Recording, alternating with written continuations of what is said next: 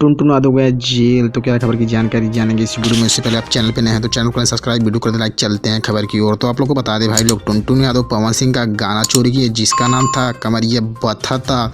उस समय चोरी किए कि जिस समय केसारी लाल लंदन में है कि उनको जेल से बचा भी सके, और केसारी लाल का कि बस में नहीं है टुनटुन यादव को छुड़ाना जेल से, क्योंकि इस समय पावर स्टार आ गए हैं फुल गुस्से में। बताया जा रहा है कि जब पावर स्टार उस गाने की शूटिंग कर रहे थे उसी दौरान टुनटुन यादव ने गाना चोरी करके कर दिया अपने यूट्यूब चैनल पे अपलोड। तब पवन सिंह के फैंस सुनकर हो गए बहुत आग बबूला। बोल रहे हैं टुनटुन यादव को 3 साल की सज़ा और 50 लाख की जुर्माना लगना चाहिए। चलते हैं, धन्यवाद।